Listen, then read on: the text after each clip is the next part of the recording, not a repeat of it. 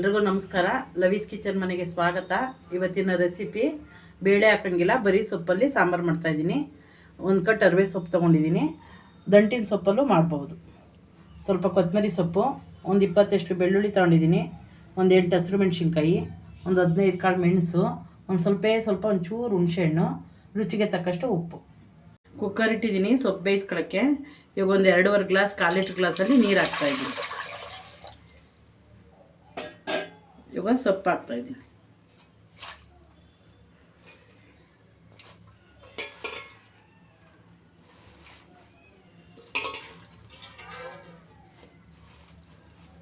ಸೊಪ್ಪು ಹಾಕಿದ್ದೀನಿ. ರುಚಿಗೆ ತಕ್ಕಷ್ಟು ಉಪ್ಪು ಹಾಕ್ತಾಯಿದ್ದೀನಿ. ಒಂದು 20 ಬೆಳ್ಳುಳ್ಳಿ ತೊಗೊಂಡಿದ್ದೆ, ಅದರಲ್ಲಿ ಒಂದು 10 ಬೆಳ್ಳುಳ್ಳಿ ಜಜ್ಜಿಬಿಟ್ಟು ಇದು ಸೊಪ್ಪು ಬೇಯಿಸೋಕೆ ಹಾಕ್ತಾಯಿದ್ದೀನಿ.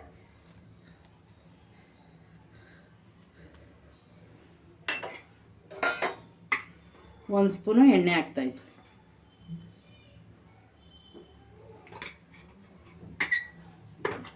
ಕುಕ್ಕರ್ ಮುಚ್ಚಳ ಇದ್ದೀನಿ.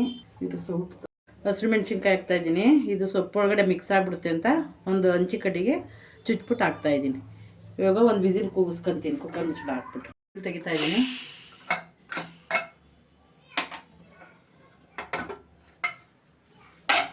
ಇವಾಗ ಇದು ಸೊಪ್ಪನ್ನ ಸೋರ್ಸ್ಕೊತೀನಿ ಜಾಲರಿ ಬಸಿಲಿ. ಇದು ಮೆಣಸಿನ್ಕಾಯಿ ಎತ್ಕೊತೀನಿ.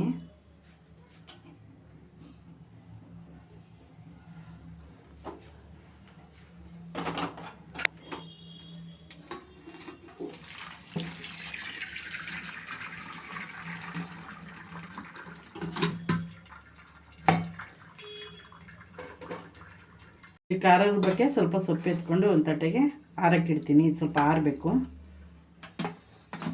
ಸ್ವಲ್ಪ ಸೊಪ್ಪು ಸಾಕು. ಸೊಪ್ಪು ಮತ್ತು ಹಸಿರು ಮೆಣಸಿನ್ಕಾಯಿ ಆರಕ್ಬಿಡ್ತೀವಿ. ಈ ಕಡ್ಡಿಯಿಂದ ಇವಾಗ ತೆಗಿತೀನಿ. ಖಾರ ರುಬ್ಬಕ್ಕೆ ಇವಾಗ ಜಾರ್ ತೊಗೊಂಡಿದ್ದೀನಿ. ಸೊಪ್ಪು ಮತ್ತು ಮೆಣಸಿನ್ಕಾಯಿ ಹಾಕ್ತಾಯಿದ್ದೀನಿ.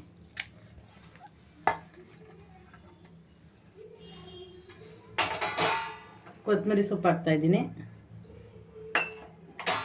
ಹುಣಸೆಹಣ್ಣು ಹಾಕ್ತೀನಿ. ಹುಣಸೆಹಣ್ಣು ಒಂಚೂರು ಹಾಕಬೇಕು.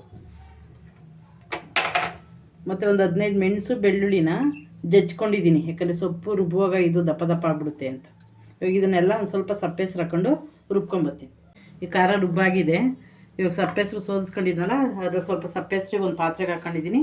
ಇನ್ನೊಂದು ಸ್ವಲ್ಪ ಸಪ್ಪೆಸ್ರು ಎತ್ತಿಕ್ಕಿದ್ದೀನಿ ಜಾರ್ ತೊಳೆಯೋಕ್ಕೆ. ಇವಾಗ ಖಾರ ಹಾಕ್ತಾಯಿದ್ದೀನಿ ಇದರೊಳಗೆ. ಉಪ್ಪು ಸಾರು ಖಾರ. ಇವಾಗ ಜಾರ್ ತೊಳೆಗೆ ಸ್ವಲ್ಪ ಸಪ್ಪೆಸ್ರು ಹಾಕ್ಕೊಂಡು ಜಾರ್ ತೊಳೆದ ನೀರು ಹಾಕ್ತಾಯಿದ್ದೀನಿ, ಸಪ್ಪೆ ನೀರು. ಇವಾಗ ಇದು ಒಂದು ಕುದಿ ಬರಬೇಕು. ಎಲ್ಲ ಒಂದು ಸರಿ ಮಿಕ್ಸ್ ಮಾಡ್ತೀನಿ. ಇದೊಂದು 2 ನಿಮಿಷ ಕುದಿಯೋಕೆ ಇಡ್ತೀನಿ. ಈಗ ಸಾಂಬಾರು ಕುದೀತೈತೆ, ಜಾಸ್ತಿ ಕುದಿಸಂಗಿಲ್ಲ. ಇವಾಗ ಸ್ಟವ್ ಆಫ್ ಮಾಡ್ತಾಯಿದ್ದೀನಿ. ಇವಾಗ ಸೊಪ್ಪು ಸಾರು ರೆಡಿ ಆಯಿತು. ಬಿಸಿ ಮುದ್ದೆಗೆ ಮತ್ತು ಅನ್ನಕ್ಕೆ ಚೆನ್ನಾಗಿರ್ತೈತೆ. ಈ ರೆಸಿಪಿ ನಿಮ್ಗೆ ಇಷ್ಟ ಆದಲ್ಲಿ ನಮ್ಮ ಚಾನಲ್ ಸಬ್ಸ್ಕ್ರೈಬ್ ಮಾಡ್ಕೊಳ್ಳಿ, ಲೈಕ್ ಮಾಡಿ, ಶೇರ್ ಮಾಡಿ. ಹೊಸ ರೆಸಿಪಿ ಜೊತೆ ಸಿಗ್ತೀನಿ.